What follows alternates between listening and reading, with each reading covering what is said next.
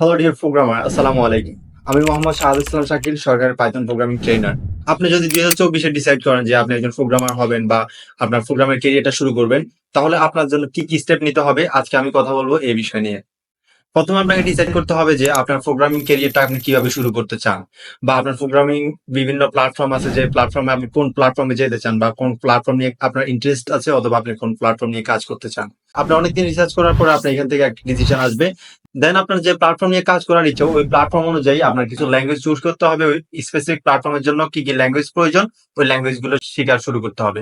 তবে আমি রিকমেন্ড করবো আপনি প্রথমে একটা যে কোনো একটা বেসিক ল্যাঙ্গুয়েজ, এটা হতে পারে সি, হতে পারে সি প্লাস প্লাস, হতে পারে পাইথন, যে কোনো একটা ল্যাঙ্গুয়েজ দিয়ে শুরু করা, এবং কি এই ল্যাঙ্গুয়েজটা ভালোভাবে শিখা। যে কোনো একটা ল্যাঙ্গুয়েজ আপনি যদি ভালোভাবে শিখেন, দেন আপনার অন্য ল্যাঙ্গুয়েজ চুজ করতে তেমন একটা দেরি হবে না। আপনি প্রথমে সি শিখাই বেটার হবে, কারণ সি এর মধ্যে অনেক ডিপলি সবকিছু আলোচনা করা আছে। আপনি সি শিখলে অন্যান্য ল্যাঙ্গুয়েজ আপনার জন্য খুব ইজি হবে। তো ওভারঅলি আপনার এই জার্নির জন্য আপনাকে একটা টার্গেট প্রথমে নিতে হবে। এই টার্গেটটা হতে পারে 6 মাসের। আর আপনি ভালোভাবে এটা জানেন, প্রোগ্রামিং হচ্ছে কন্টিনিউয়াসলি একটা লার্নিং এর একটা প্রসেস। আপনাকে রেগুলার প্রোগ্রামিং এর পিছনে সময় দিতে হবে, না হলে আপনার কেরিয়ার আপনি বেশি দূর এগিয়ে নিতে পারবেন না। আপনি যদি 2-3 দিনের বেশি গ্যাপ দেন আপনার প্রোগ্রামিং এর ক্ষেত্রে, তাহলে এরপর আপনার কোড করতে মন চাইবে না বা আপনার ভালো লাগবে না। আপনার প্রোগ্রামিং একটা সার্কেল তৈরি করতে হবে।